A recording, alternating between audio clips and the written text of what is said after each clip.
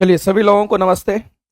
और आप सभी लोग जुड़ जाएं। आज जो आपका 40 क्वेश्चन का सेट का टेस्ट हुआ है उसका डिस्कशन हम लोग देखेंगे और 40 क्वेश्चन साइंस का लगातार करेंगे, जिसमें फिजिक्स, केमिस्ट्री और बायो के अच्छे क्वेश्चंस इस सेट में आपके हैं और ये सभी के सभी आपके काम का होगा। सभी लोगों को नमस्ते, गुड इवनिंग।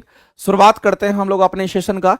और मेरे भाई शुरुआत करते हैं पहले क्वेश्चन से हम लोग। और पहला क्वेश्चन हमारा क्या कहता है, सेट 5 का हमारा टेस्ट का डिस्कशन अभी होना है, तो हम लोग देखेंगे सारे क्वेश्चंस को फटाफट करके। सबसे पहला क्वेश्चन हमारा दे रखा है कि दो निकाय के बीच उष्मा के प्रवाह की दिशा किस पर निर्भर करती है। मेरे भाई उष्मा के प्रवाह की दिशा मतलब उष्मा संचरण की दिशा की बात कर रहा है। उष्मा के प्रवाह की दिशा कहने का मतलब उष्मा संचरण की दिशा की बात करता है। और जब कभी भी उष्मा संचरण की दिशा की बात करेगा तो मेरे भाई ये तापमान के अंतर पर निर्भर करता है, ध्यान रखेंगे। तो अगर हम लोग यहां पर उष्मा संचरण की बात करते हैं तो उष्मा संचरण तब होता है जब तापमान में अंतर होता है। उष्मा संचरण तब होता है मेरे भाई जब क्या होगा, तो कहेंगे जब तापमान में अंतर होता है। जब तापमान में अंतर होता है तो हमारा उष्मा संचरण होता है, ध्यान रखेंगे। तापमान में अंतर के कारण ही उष्मा संचरित होती है और इसी उष्मा संचरण को हम लोग क्या कहते हैं, यहां पर उष्मा के प्रवाह की दिशा की हम बात करेंगे। उष्मा के प्रवाह की दिशा की हम बात करते हैं। अगर इस चीज को आप देखना चाहते हैं, मान लेते हैं कि कोई वस्तु ये है और ये दूसरी वस्तु है और इस वस्तु का तापमान मान लेते हैं कि 100 डिग्री सेल्सियस है और इस वस्तु का तापमान मान लेते हैं 20 डिग्री सेल्सियस है। तो मेरे भाई जब भी उष्मा का संचरण होता है तो उच्च तापमान से निम्न तापमान में होगा। जब इन दोनों को सटाएंगे तो उष्मा का संचरण हमारा होगा उच्च तापमान में से निम्न तापमान में। दिशा इसकी ऐसी होगी, उच्च से निम्न की तरफ होगी, तापमान में अंतर के कारण होगा। तो मेरे भाई हम कहेंगे यहां पर ये उष्मा संचरण को बताता है। ये किसकी दिशा है, तो कहेंगे हमारा उष्मा संचरण की यहां पर दिशा को बताता है। और उष्मा संचरण की दिशा जो होगी ये उच्च तापमान से किधर होगा, तो कहेंगे सीधा सीधा कहेंगे उच्च तापमान से हमारा निम्न तापमान की ओर होगा। उच्च तापमान से निम्न तापमान की तरफ हमारा क्या तो उष्मा संचरण की दिशा होती है, ये बात आपको ध्यान रखना है।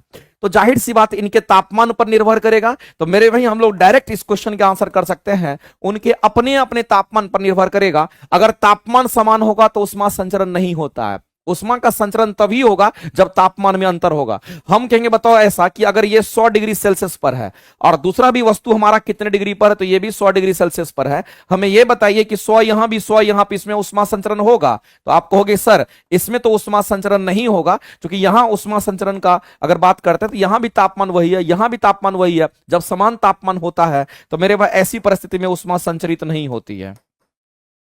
यहां पर उष्मा संचरण का मान क्या होगा, कहेंगे 0 हो जाएगा। उष्मा संचरित यहां पे नहीं होगी। तो उष्मा संचरण कहीं ना कहीं ताप पे निर्भर करता है। जितना ज्यादा ताप में अंतर होगा उतना ही उष्मा संचरण फास्ट होता है, यह भी बात आपको ध्यान रखना है। जितना ज्यादा ताप में अंतर होगा उतना ही क्या होगा, तो कहेंगे हम लोग यहां पर कहेंगे उष्मा संचरण हमारा फास्ट होता है। यह बात किसी भी सूरत में आपको याद रखना है। तो मेरे भाई ये इसके मूल कंसेप्ट होता है, इस बात को ध्यान रखेंगे। उनके अपने अपने तापमान पर ही निर्भर करता है। अगर हम लोग गुप्त उष्मा की बात करते हैं, इसका कंसेप्ट कहां पर यूज होता है, तो मैं आपको बताना चाहता हूं मेरे भाई गुप्त उष्मा का कंसेप्ट जो यूज होता है, हम कहेंगे यहां पर फेज चेंज कराने के लिए होता है। कहां पे, तो आपको ध्यान रखना है कि फेज चेंज कराने के लिए हमारा होता है। फेज चेंज कराने के लिए क्या इसका इस्तेमाल करते हैं, तो गुप्त उष्मा का। और फेज चेंज का मतलब होता है मेरे भाई हम लोग कहेंगे अवस्था परिवर्तन में।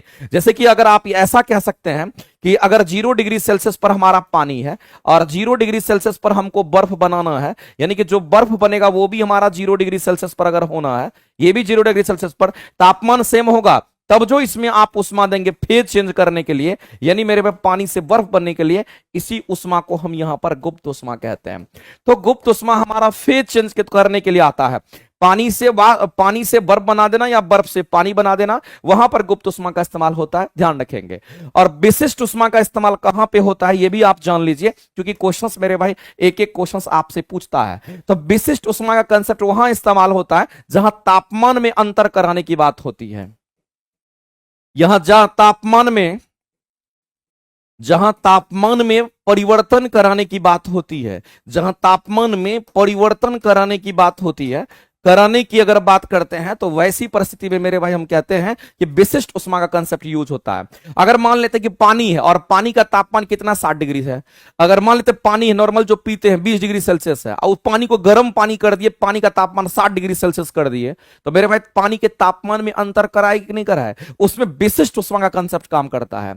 गुप्त उष्मा में तापमान सेम रहेगा, अवस्था परिवर्तन के लिए आता है। और जब कभी भी उष्मा संचरण होता है तो याद रखना उच्च तापमान से निम्न तापमान में अपने आप होता है, लेकिन यह तभी होगा जब तापमान में अंतर होगा। अगर तापमान में अंतर ज्यादा का होगा तो उष्मा संचरण फास्ट होगा, तापमान में अंतर अगर कम का होगा तो उष्मा संचरण स्लो होगा। तापमान अगर अंतर 0 होगा, यहां पर 100 डिग्री, यहां पर भी 100 डिग्री, यहां पर तापमान में अंतर 0, तो उष्मा संचरण का मान भी 0 हो जाएगा। तो मेरे भाई उष्मा संचरण होने के लिए तापमान में अंतर होना जरूरी होता है, यह बात आपको किसी भी सूरत में याद रखना पड़ेगा। आगे चलते हैं, अगले क्वेश्चन की तरफ हम लोग बढ़ते हैं। अगला क्वेश्चन मेरे भाई यहां पर दे रखा है और रेयॉन की हम बात करते हैं। यह हमारा क्या तो एक पॉलीमर होता है और इस पॉलीमर से हम लोग क्या करते हैं तो रेयॉन का जो निर्माण किया जाता है यह हमारा सिंथेटिक पॉलीमर होता है। अगर हम नाइलॉन की बात करते हैं, रेयॉन की बात करते हैं, ये सब मेरे भाई टेफ्लॉन की बात करते हैं, ये सब सिंथेटिक पॉलीमर होता है, इस बात को आप ध्यान रखेंगे। अगर हम यहां पर सिंथेटिक पॉलीमर की बात करते हैं तो ये जो सिंथेटिक पॉलीमर हमारे होते हैं जो कि संश्लेषित होता है, जो हम लोग बनाए हैं, तो सिंथेटिक पॉलीमर में हम सीधा कहेंगे कि नाइलॉन की हम बात करते हैं। इसी में किसकी बात करते हैं तो हम लोग रेयॉन की हम बात करते हैं। इसी में मेरे भाई हम लोग यहां पर कहेंगे नाइलॉन हो गया, रेयॉन हो गया, या टेफ्लॉन की अगर बात करते तो ये भी हमारा होता है।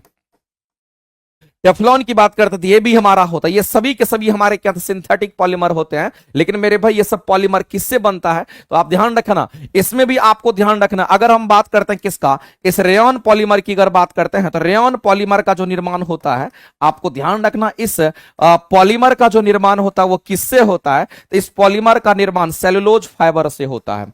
किससे होता है मेरे भाई तो कहेंगे यहां पर सेलुलोज फाइबर से होता है। और आप सभी को पता होना चाहिए कि यह सेलुलोज फाइबर कहां मौजूद होता है, हरे पेड़ पौधे की जो कोशिका भित्ति होती है, हरे पेड़ पौधे की अगर हम बात करते हैं, हरे पेड़ पौधे की जो कोशिका भित्ति होती है उसी में सेलुलोज फाइबर पाया जाता है। तो हरे पेड़ पौधे की कोशिका भित्ति में सेलुलोज फाइबर होता है और उसी सेलुलोज फाइबर से रेयॉन हमारा बनता है, इस बात को ध्यान रखेंगे। तो इस क्वेश्चन का अगर आंसर करेंगे तो ऑप्शन नंबर हमारा सी जो होगा वो किसी भी सूरत में याद रखना कि राइट हो जाएगा। गैसोलीन हमारा दूसरा चीज होता है। गैसोलीन को कहां पे मिलाते हैं तो गैसोलीन को हम लोग पेट्रोल वगैरह में मिलाते हैं ताकि पेट्रोल की क्वालिटी बढ़ जाए, ताकि हमारा जो भी इंजन होगा प्रॉपर हमारा 100% इफिशिएंसी के साथ वो काम कर पाए। लेकिन कोई भी इंजन 100% इफिशिएंसी नहीं देता है। आगे चलते हैं, अगला क्वेश्चन दे रखा है कि वनस्पति घी के औद्योगिक उत्पादन में कौन सी विधि को हम लोग अपनाते हैं। मेरे भाई एक बात आप ध्यान रखना कि जब भी वनस्पति तेल से वनस्पति घी बनाते हैं, जब भी हम लोग क्या करते हैं तो वनस्पति तेल से क्या करते हैं तो वनस्पति तेल से मेरे भाई ध्यान रखना कि वनस्पति घी बनाते हैं। अगर वनस्पति तेल से वनस्पति घी का निर्माण करते हैं तो मैं आपको बता देना चाहता हूं मेरे भाई कि जो वनस्पति घी हमारा होता है ये संतृप्त अवस्था में होता है, ये संतृप्त होता है, हमारा सैचुरेटेड होता है, प्योर घी होता है। लेकिन ये इम्प्योर होता है, इसलिए हम कहते हैं कि हमारा असंतृप्त होता है। इस बात को आप किसी भी सूरत में याद रखेंगे। अब यहां पर मेरे भाई जब भी ये इसको बनाएंगे तो यहां पर क्या करेंगे तो हम कहते हैं कि जो प्रोसेस हमारा इस्तेमाल होता है, इस प्रोसेस को हम लोग क्या कहते हैं, इस प्रोसेस को हम लोग यहां पर हाइड्रोजनेशन कहते हैं। इस प्रोसेस को हम लोग क्या कहेंगे तो इसी को हम हाइड्रोजनेशन के नाम से हम जानते हैं। और जो हाइड्रोजनेशन हमारा होता है, हम कहते हैं कि हाइड्रोजन को हम लोग इसमें ऐड करते हैं तो होता है। तो मेरे भाई इसमें जो निकल यूज करते हैं वो कैटलिस्ट के रूप में हमारा इस्तेमाल होता है। तो कैटलिस्ट हमारा क्या होगा कहेंगे यहां पर उत्प्रेरक की अगर हम बात करेंगे तो उत्प्रेरक हमारा जो इस्तेमाल होगा वो कौन सा तो ये होगा। अब बताइए मेरे भाई अगर इसमें हम हाइड्रोजन को ऐड कर रहे हैं और हाइड्रोजन की संख्या अगर बढ़ती है, आपको एक बात मैंने बताया था ऑक्सीकरण अवकरण के बारे में याद कीजिएगा। मैंने आपको बताया था मेरे भाई एक तो हमारा ऑक्सीकरण होता है और दूसरा हमारा क्या तो कहेंगे अवकरण होता है। मैंने ये बात आपको बताया था। और जब कभी भी ऑक्सीकरण की बात होती है तो याद रखना कि ऑक्सीजन की वृद्धि होती है, और जब कभी भी अवकरण की बात होती है तो यहां पर याद रखना मेरे भाई ऑक्सीजन की कमी होती है। अगर बात करते हैं ऑक्सीजन की वृद्धि हो गई तो याद रखना मेरे भाई ऐसे केस में अगर हम हाइड्रोजन की अगर हम बात करते हैं, इस हाइड्रोजन की क्या होगी तो यहां कमी हो जाएगी। लेकिन ऐसे केस में क्या होगा तो हम कहेंगे जिस इसी का उल्टा यहां पर होता है। और ऐसी परिस्थिति में हम कहेंगे यहां पर हमारा क्या होगा तो जो हाइड्रोजन हमारे हैं, इस हाइड्रोजन की बढ़ोतरी हो जाती है। तो हम लोग हाइड्रोजनेशन कर रहे हैं, और जब हम हाइड्रोजनेशन करेंगे तो हाइड्रोजन को ऐड करते हैं, यानी हाइड्रोजन की संख्या बढ़ेगी, और जब हाइड्रोजन की संख्या बढ़ती है मेरे भाई तो उसको हम लोग क्या कहते हैं, अवकरण कहते हैं, और अवकरण को इंग्लिश में रिडक्शन का नाम देते हैं। इसको इंग्लिश में अगर हम बोलेंगे तो क्या बोलते हैं, तो इसी को हम रिडक्शन कहते हैं। इसी को हम क्या कहेंगे तो मेरे भाई कहेंगे यहां पर रिडक्शन कहते हैं, और इसको हम लोग ऑक्सीडेशन के नाम से जानते हैं। इस बात को ध्यान रखेंगे। तो इंग्लिश टर्म में आपको ध्यान रखना कि यहां ऑक्सीडेशन, यहां रिडक्शन हमारा होगा। अब बताइए, हाइड्रोजनेशन करने का मतलब होता है कि इसमें हम हाइड्रोजन यूज कर रहे हैं, हाइड्रोजन का इस्तेमाल कर रहे हैं। इसका मतलब कहीं ना कहीं हाइड्रोजन हमारा बढ़ेगा। जब हाइड्रोजन हमारा बढ़ेगा तो मेरे भाई रिडक्शन होगा, रिडक्शन को ही अवकरण कहेंगे। तो ऐसी परिस्थिति में इस क्वेश्चन के अगर आंसर करने के लिए जाएंगे तो हमारा क्या होगा, ऑप्शन अवकरण है। आयनन तो मेरे भाई नहीं होगा, ये तो आप यहां से हटा सकते हैं। लेकिन इस क्वेश्चन के जो आंसर्स आपके दे रखे हैं वो आपका क्या दे रखा है, तो अपचयन की बात कर रहा है, और इंग्लिश टर्म में आपको कुछ और ही लिखा हुआ है। एक मिनट मेरे भाई चेक कर लेते हैं। आंसर करेंगे मेरे भाई ऑप्शन नंबर जो होगा हमारा क्या होगा, कहेंगे यहां पर ऑप्शन नंबर हमारा क्या होगा, कहेंगे यहां पर बी हमारे लिए किसी भी सूरत में हमारा राइट हो जाएगा।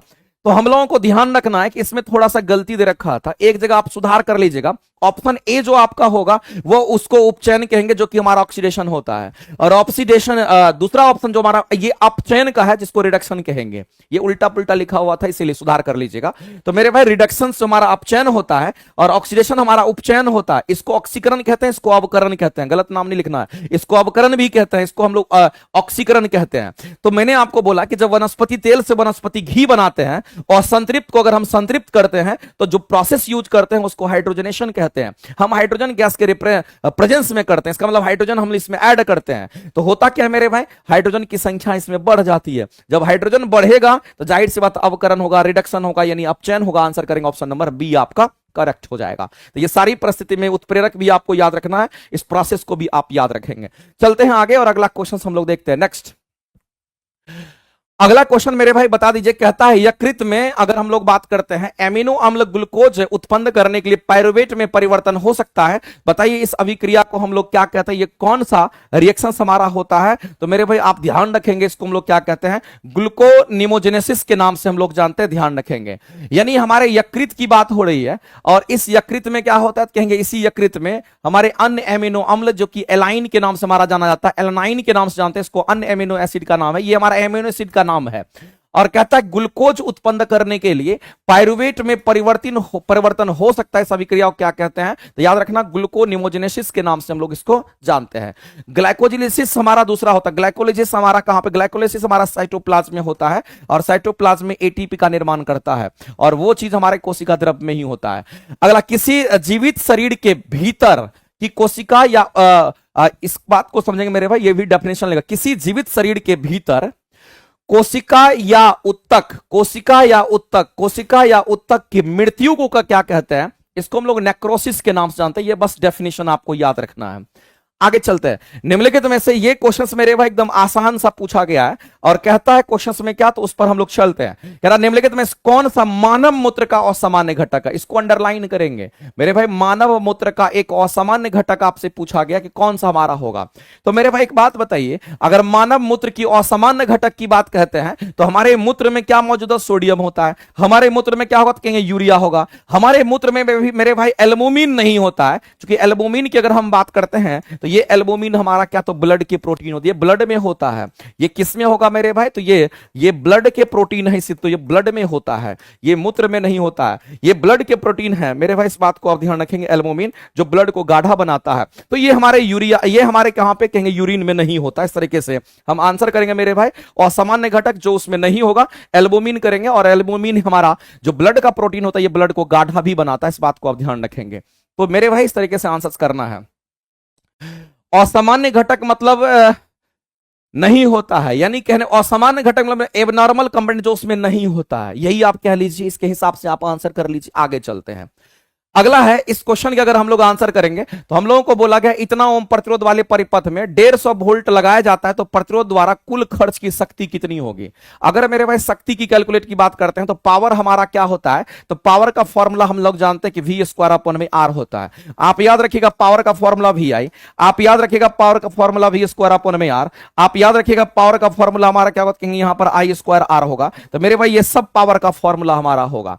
अब वोल्टेज कितना दे रखा, कहेंगे 150। तो 150 का स्क्वायर मतलब 150 गुना 150। रेजिस्टेंस कितना है मेरे में, तो 1.5। दशमलव को ऊपर भेज दीजिए, कितना होगा, इसको काट दीजिए, कहीं ना कहीं हमारा कितना, तो 100 हो जाएगा। और ऐसी परिस्थिति में 15 के बाद हमारा 3 गो जीरो हो जाएगा। हम कहेंगे इतना हमारा वाट होगा। और इतना वाट में कोई दे रखा है क्या, नहीं दे रखा है। तो मेरे भाई इतना वाट हमारा होगा। किलो वाट में देखेंगे तो किलो का मतलब 10 के पावर 3 होता है। इसका मतलब ये किलो वाट में 15 किलो वाट हो जाएगा। तो मेरे भाई कहीं भी ऑप्शन में नहीं है, तो इस परिस्थिति में इस क्वेश्चन के आंसर करेंगे उपयुक्त में से कोई नहीं, यानी आंसर हमारे ऑप्शन नंबर ई जो होंगे वो कहीं ना कहीं यहां पर करेक्ट हो जाएंगे। आगे चलते हैं, अगला क्वेश्चन हम लोग देखते हैं। अगले क्वेश्चन के ऊपर हम लोग बढ़ते हैं। अगला क्वेश्चन हमारा क्या कहता है, बताइए मेरे भाई, निम्नलिखित में से किसे विलियन विलियन भी कहा जाता है, किसको हम विलियन कहते हैं, ये आपसे पूछा गया है। एक बात बताइए मेरे भाई, यौगिक को कभी हम विलियन नहीं कहते हैं। अगर यौगिक को डिफाइन करना होगा तो कैसे डिफाइन करोगे, तो मैं आपको बता देना चाहता हूं मेरे भाई। अगर यौगिक की बात करते हैं, जिसको इंग्लिश में हम कंपाउंड कहते हैं, यौगिक जिसको हम कंपाउंड कहते हैं, तो 2 या 2 से अधिक तत्व अगर निश्चित अनुपात में होते हैं, तो मेरे भाई याद रखना, 2 या 2 से अगर अधिक तत्व की हम बात करते हैं, एक निश्चित अनुपात में अगर होता है, 2 या 2 से अधिक तत्व कैसे होंगे, अगर एक निश्चित अनुपात में अगर होता है, 2 या 2 से अधिक तत्व अगर एक निश्चित अनुपात में होता है, तो उसको हम यौगिक कहते हैं। इस बात को ध्यान रखेंगे। अब यहां पर मेरे भाई एक टर्म हमारा होता है मिश्रण का। मिश्रण हमारा क्या होगा, जिसको हम मिक्सर के नाम से हम लोग जानते हैं। तो ये जो हमारा मिक्सर होता है, इसमें 2 या 2 से अधिक तत्व तो होंगे, लेकिन अनिश्चित अनुपात में होता है। वो निश्चित अनुपात में, और ये कैसे होंगे, तो मेरे भाई हम कहेंगे अनिश्चित अनुपात में अगर होता है, तो उसको हम कहते हैं मिक्सर कहते हैं। तो इस बात को आप ध्यान रखना, दोनों अलग चीज है। यहां निश्चित अनुपात, यहां अनिश्चित अनुपात की बात करते हैं। दोनों में मेरे भाई डिफरेंसेस यही हैं। यहां पर निश्चित अनुपात की बात कर रहे हैं, और यहां पर हम लोग किसकी बात कर रहे हैं, तो अनिश्चित अनुपात की बात कर रहे हैं। तो ये हमारे लिए अनिश्चित अनुपात का यहां फंडा है। इस बात को आप ध्यान रखें, दोनों में डिफरेंस हमारे यही होते हैं। जैसे आप यौगिक को अगर देखेगा, तो यौगिक में क्या पाइएगा, आप कहेगा सर मान लेते कि H2O है, ये हमारा एक यौगिक है, 2 या 2 से अधिक तत्व है, लेकिन मेरे भाई किस रेशियो में, तो कहेंगे 2 हाइड्रोजन है, 1 ऑक्सीजन हमारा है। इसका मतलब है 2:1 का रेशियो हमारा फिट है। अगर हम मिश्रण की बात करेंगे, तो मेरे भाई मिश्रण में क्या होगा, तो पानी में पानी में नमक मिला दीजिए, पानी में चीनी मिला दीजिए, उसका कोई प्रॉपर रेशियो नहीं है। मन करता है ज्यादा, मन करता है कम मिला दीजिए, फर्क नहीं पड़ता है, उसको हम मिश्रण कहते हैं। तो हम लोग जब सॉल्यूशन बनाते हैं, तो ज्यादा कुछ कम भी हो सकता है। इसका मतलब है मेरे भाई, आपसे विलियन की बात कर रहा है, तो विलियन एक प्रकार का मिश्रण होगा, कभी यौगिक नहीं हो सकता है। क्योंकि नमक पानी मिला दीजिए, आप नमक पानी मिला दीजिए, चीनी पानी मिला दीजिए, उसका घोल बना दीजिए, विलियन कहलाता है। वो एक सॉल्यूशन है। चीनी विलय होगा, पानी हमारा विलायक होगा, दोनों घुल गया, उसी को विलियन कहते हैं। तो उसका एक प्रॉपर अनुपात नहीं होता है, अनिश्चित अनुपात होता है। इसीलिए मेरे भाई हम कहेंगे यहां पर हमारा क्या होगा, कहेंगे इस तरीके से हम कहेंगे वो हमारा यौगिक तो नहीं होगा, यहां पर यौगिक तो नहीं होगा, लेकिन विसमांगी होगा कि समांगी होगा, यहां पर इस बात को समझना है। तो मेरे भाई समांगी किसको कहता है, विसमांगी किसको कहते हैं। अगर कोई भी चीज प्रॉपर घुलनशील होता है, पूरी तरीके से नमक और पानी पूरी तरीके से घुल गया, तो नमक और पानी का जो घोल होता है उसको समांगी मिश्रण कहते हैं। कुछ ऐसे भी घोल होते हैं जो प्रॉपर नहीं घुलता है, जैसे दूध में देखिएगा फैट तैरता है, वो नहीं घुलता है, इसका मतलब कहीं ना कहीं वो एक विसमांगी मिश्रण हमारा होता है। इस बात को आप ध्यान रखेंगे। यानी आप प्रॉपर मेरे भाई इस बात को समझने की कोशिश कीजिए। समांगी मिश्रण हम उसको कहते हैं जो प्रॉपर हमारा क्या होता है कि यहां पर घुलनशील होता है, उसको हम समांगी मिश्रण कहते हैं। और विसमांगी मिश्रण में प्रॉपर घुलनशील नहीं होता है। तो जो सॉल्यूशन हमारा होता है मेरे भाई, ये प्रॉपर हमारा क्या होता है, आपस में मिक्स हो जाता है, इसको हम सॉल्यूशन कहते हैं, मिश्रण कहते हैं। तो एक प्रकार का हमारा समांगी मिश्रण होगा, क्योंकि वो पूरी तरीके से हमारा घुल जाता है। और आंसर करेंगे ऑप्शन नंबर सी, आपका राइट हो जाएगा। आगे चलते हैं, अगला क्वेश्चन मेरे भाई देख लीजिए, कहता है कि पेंडुलम को चंद्रमा पर ले जाने पर आवर्तकाल पर क्या प्रभाव पड़ेगा। एक बात बताइए मेरे भाई कि आप पेंडुलम की बात करते हैं, उसका आवर्तकाल क्या होगा, 2 pi root under L upon में जी होगा। अगर चंद्रमा पर लेकर के जाइएगा तो 2 पाई में कोई परिवर्तन नहीं होगा, लंबाई में कोई परिवर्तन नहीं होगा। परिवर्तन कहां होगा, हम लोग वहां आते हैं और कहेंगे टी जो हमारा है ये समानुपाती क्या हो जाएगा, अंडर रूट में, यहां पर मेरे भाई सीधा कहेंगे अंडर रूट में 1 अपॉन में जी हो जाएगा। तो मेरे भाई जब चंद्रमा पर जाएंगे तो जी का मान क्या होगा, कहेंगे घटेगा। क्योंकि आपको कह रहा है कि पेंडुलम को कहां ले जाना है, चंद्रमा पर, और यहां पर जी का मान घटता है और जी का मान घट करके g/6 हो जाता है। जब जी का मान घटेगा तो आवर्तकाल का मान बढ़ जाएगा, और जब आवर्तकाल का मान बढ़ेगा मेरे भाई तो हम कहेंगे पेंडुलम हमारा सुस्त हो जाएगा, जाने और आने का जो समय है वो हमारा बढ़ जाएगा, आवर्तकाल बढ़ जाएगा। इसका मतलब है मेरे भाई हम सीधा कहेंगे जो पेंडुलम हमारा है, अगर इस पेंडुलम की बात करते हैं तो पेंडुलम हमारा कैसा हो जाएगा, कहेंगे यहां पर सुस्त हो जाएगा। पेंडुलम हमारा कैसा होगा, कहेंगे यहां पर हमारा सुस्त हो जाएगा। यानी मेरे भाई आप कहेंगे कि अगर चंद्रमा पर ले गए तो जी का मान घटेगा, जी का मान घटेगा तो आवर्तकाल बढ़ेगा। आपसे पूछा गया आवर्तकाल क्या होगा, कहेंगे आवर्तकाल बढ़ेगा। एक लाइन में इस क्वेश्चन का आंसर करेंगे और ऑप्शन नंबर हमारा क्या होगा, कहेंगे बी करेक्ट हो जाएगा। चलिए आगे बढ़ते हैं, अगला क्वेश्चन देखते हैं। अगला क्वेश्चन देखिए, एक्स किरण की बात कही गई है। एक बार जल्दी से मेरे भाई आप लोग आंसर करेंगे, देखते हैं कितने लोग आंसर करके बताते हैं। जल्दी से फास्ट में चाहूंगा कि एक बच्चे आंसर करके बताएंगे।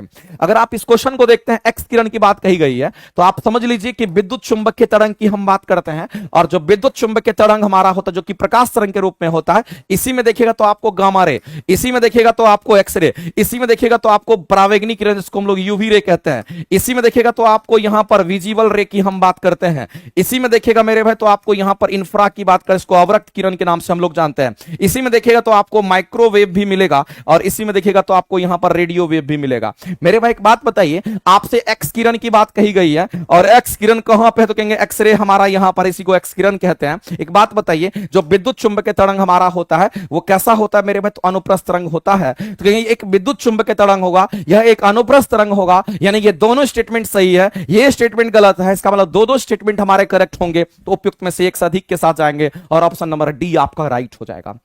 ऑप्शन नंबर डी जो होगा मेरे भाई किसी भी सूरत में हमारा राइट हो जाएगा। कुछ क्वेश्चन के आंसर गलत दिए हुए हैं जिसको आप सुधार सकते हैं और आप आसानी से आंसर कर सकते हैं। चलिए आगे बढ़ते हैं, अगला क्वेश्चन, और ये आवेशहीन होता है, किसी पर भी आवेश नहीं होगा, ना नेगेटिव ना पॉजिटिव, सब के सब न्यूट्रल हमारा होता है ये सब। अगला क्वेश्चन बोल रहा है मेरे भाई कि जब किसी वस्तु के को दो समानांतर दर्पण समतल दर्पण के बीच में रखा जाता है, प्रतिबिंब की संख्या कितनी होगी। एक बात बताइए मेरे भाई, समांतर दर्पण अगर रखा हुआ है तो दो समतल दर्पण को ऐसे रख दिया जाता है, और हम लोग जानते हैं कि दो पैरेलल लाइंस के बीच में, या दो समतल प्लेन के बीच में, या दो समतल दर्पण के बीच में कितने का कोण बनता है, तो थीटा का मान हम सभी लोग जानते हैं मेरे भाई कि दो समतल दर्पण हमारा है, मान लेते हैं कि ये समतल दर्पण एक है, दूसरा समतल दर्पण हमारा ही ये है, तो दोनों के दोनों समतल दर्पण यहां पर हम लोगों को दिख रहा है। जब दोनों के दोनों समतल दर्पण हम लोगों को दिख रहा है कि दोनों पैरेलल है, तो मेरे भाई दो पैरेलल लाइंस के बीच में हम कहते हैं सीधा सीधा थीटा का मान 0 डिग्री होता है। अगर प्रतिबिंब की संख्या हम लोगों को चाहिए तो डायरेक्ट फॉर्मूला यूज कीजिए, काम हो जाएगा। तो कहेंगे यहां पर प्रतिबिंब की संख्या अगर हमको चाहिए उसके लिए फॉर्मूला 360/थीटा हम लोग यूज करेंगे, तो 360/थीटा यूज कीजिए। आप कहेंगे सर 360 तो हमारा वही रहेगा, लेकिन थीटा का मान 0 पुट करना है, आप किसी भी चीज में 0 से डिवाइड करेंगे तो अनंत हो जाएगा, यानी कि प्रतिबिंब की संख्या अनंत बनेगी। तो दो समानांतर दर्पण, दोनों समानांतर दर्पण अगर हमारा है और दोनों अगर पैरेलल में दो समानांतर दर्पण को रखा गया है, इसके बीच में कोई भी आदमी या कोई भी वस्तु होगा, उस आदमी का कितना इमेज बनेगा, तो मेरे भाई अनंत इमेज बनेंगे, यानी सीधा आप कह सकते हैं कि अनंत इमेज का फॉर्मेशन करेगा, और ऑप्शन नंबर सी जो होगा वह किसी भी सूरत में हमारा राइट हो जाएगा। सर ऐसा क्यों होता है, बार बार बफरिंग हो रहा है, वो नेट का इशू, आप थोड़ा सा नेट वगैरह को क्या करिए, इधर उधर रीचेक मारते रहिए, ठीक है। चलिए आगे चलते हैं, आगे बढ़ते हैं। अगला कहता है कि वर्णांता नामक जो डिजीज होता है ये किससे होता है। मेरे भाई एक बात ध्यान रखना, वर्णांता जो होता है ये किसमें होता है, तो एक बात आप ध्यान रखना, इसी को कलर ब्लाइंडनेस कहते हैं।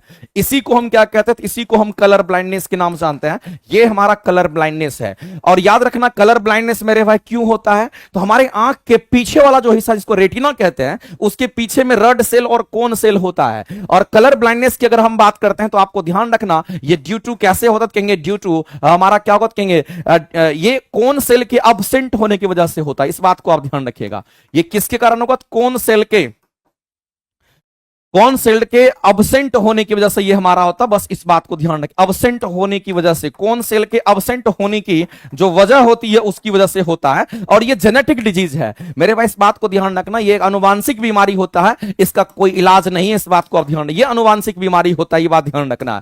ये कैसी बीमारी है तो आपको सीधा याद रखना पड़ेगा, एक लाइन में याद रखना पड़ेगा, ये आनुवांशिक बीमारी होती है, इसका कोई इलाज नहीं है, इस बात को ध्यान रखना, ये पीढ़ी दर पीढ़ी बढ़ता है। लेकिन एक और बात आपको ध्यान रखना मेरे भाई कि कलर ब्लाइंडनेस की अगर हम बात करते हैं तो याद रखना कि कोई भी मेल पर्सन, 90% केस में मेल पर्सन इस रोग से प्रभावित होता है। याद रखना इस रोग से मेरे भाई, इस रोग से मेल जो होता है इस रोग से पीड़ित होता है, इस बात को आप ध्यान रखिए। 99% केस में हम आपको लिख देते हैं, लेकिन मेरे भाई फीमेल की जब कभी भी हम बात करते हैं तो याद रखना फीमेल इस रोग का वाहक होती है, इस बात को याद रखना, ये इस रोग का वाहक होती है, इस रोग का वाहक होती है, इस बात को आप ध्यान रखना। ये चीज भी आपको पूछता है कई बार। तो मेरे भाई फीमेल और मेल में हम कहेंगे बताओ वर्णांता किसमें होने की संभावना है, तो 99% केस में मेल में होता है। फीमेल के अंदर हमारे मेरे भाई ये वाहक का काम करता है, ये वाहक का काम करता है, ये कभी इस रोग से ग्रसित जनरली नहीं होता है, ध्यान रखेंगे।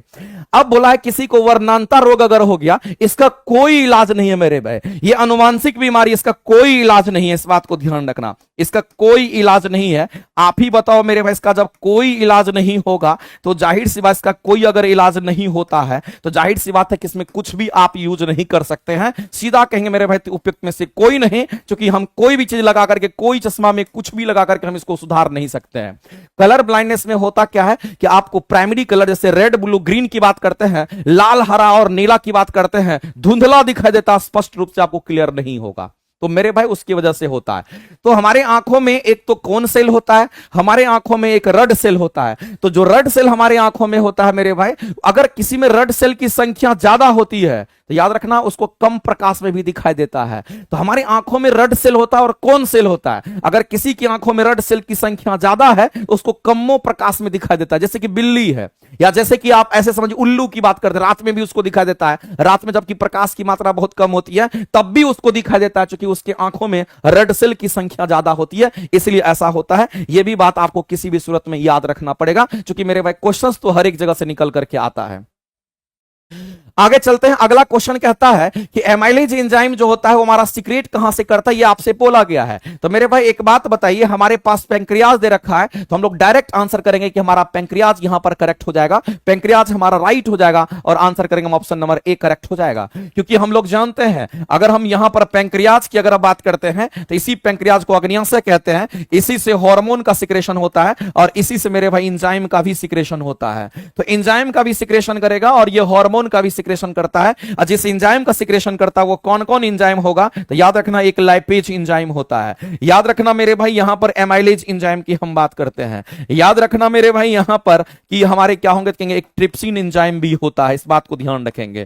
तो इन तीनों एंजाइम का सिक्रेशन कौन करता है, तो कहेंगे हमारा पेंक्रियाज करता है। ये वसा का पाचन करता है, ये कार्बोहाइड्रेट का पाचन करता है और ये प्रोटीन का पाचन करता है। आपको एक लाइन में मेरे भाई एक सीक्वेंस में याद रखना है। हार्मोन में भी इंसुलिन हार्मोन का सिक्रेशन करेगा, ग्लूकागोन हार्मोन का सिक्रेशन करेगा, सोमाइटोट्रोपिन हार्मोन का सिक्रेशन हमारा करता है। तो ये पेंक्रियाज है, अग्न्याशय है, जिसको मिश्रित ग्रंथि के नाम से हम जानते हैं, और मिश्रित ग्रंथि इसलिए कहते हैं क्योंकि एंजाइम और हार्मोन दोनों का सिक्रेशन करता है, इसलिए मेरे भाई इस परिस्थिति में अग्न्याशय हमारा करेक्ट आंसर हो जाएगा। और एक बात आप ध्यान रखना, अगर अमाशय की बात करते हैं तो अमाशय स्टमक की बात करते हैं, और स्टमक से क्या सिक्रेट करता है, क्योंकि स्टमक में क्या होता है, कहेंगे यहां पर जठर ग्रंथि होता है, इस बात को ध्यान रखेंगे। और इसी जठर ग्रंथि से मेरे भाई याद रखना कि जठर रस का सिक्रेशन होता है।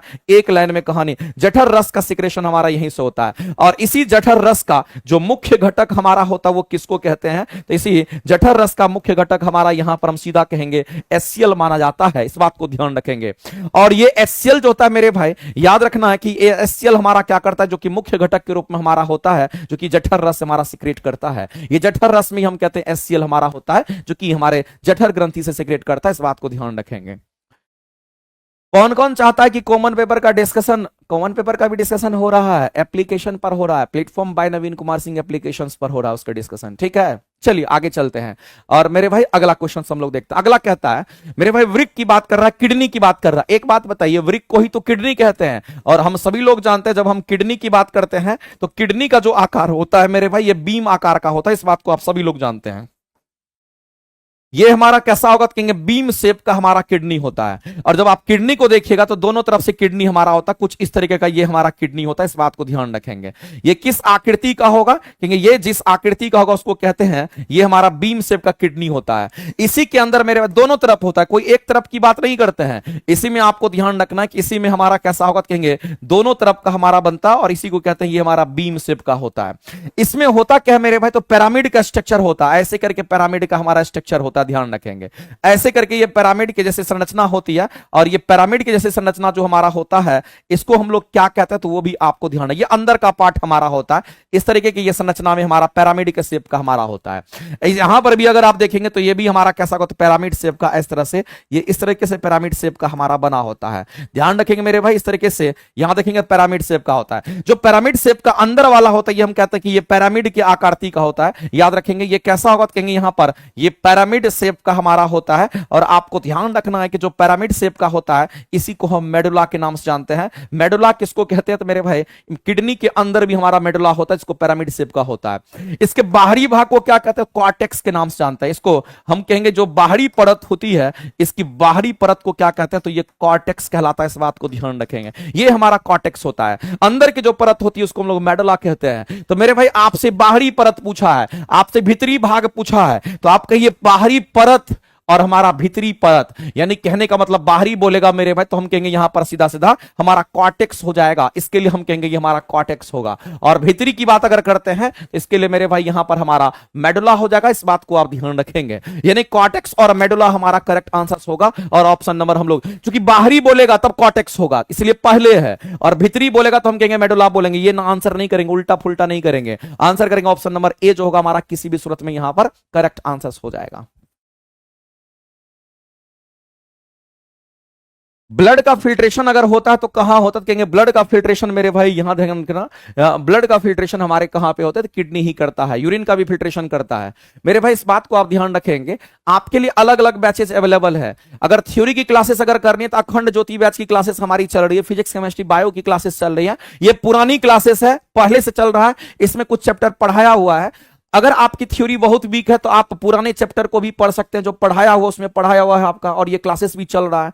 लेकिन अगर किसी को न्यू क्लासेस चाहिए तो न्यू क्लासेस के मेरे भाई आप यहां चलिए, और नई क्लासेस का यहां लगा हुआ है। अगर बीपीएससी शिक्षक 4.0 की तैयारी कर रहे हैं, 9, 10 अगर आपका है और टीजीटी साइंस के साथ कॉमन पेपर भी है तो उसका अलग क्लास है, और टीजीटी अगर सिर्फ साइंस चाहिए तो उसका अलग क्लासेस है, और 6 to 8, 9, 10 दोनों चाहिए तो उसके लिए अलग क्लासेस हैं। और ये इंजेक्शन बैच के नाम से हमारा फेमस है, इसमें कंप्लीट थ्योरी आपकी कराई जाएगी। इसी तरीके से मेरे भाई अखंड ज्योति बैच की जो क्लासेस आप यहां पर देख रहे थे ये भी कंप्लीट थ्योरी की क्लासेस है, लेकिन ये पहले चली थी, और न्यू क्लासेस में इंजेक्शन बैच है। अखंड ज्योति बैच पुरानी क्लासेस है और इंजेक्शन बैच हमारी न्यू क्लासेस है, और दोनों के दोनों क्या है तो platform by Naveen Kumar Singh application पर अवेलेबल है, और आप वहां से जाकर के अपनी तैयारी को मजबूत कर सकते हो।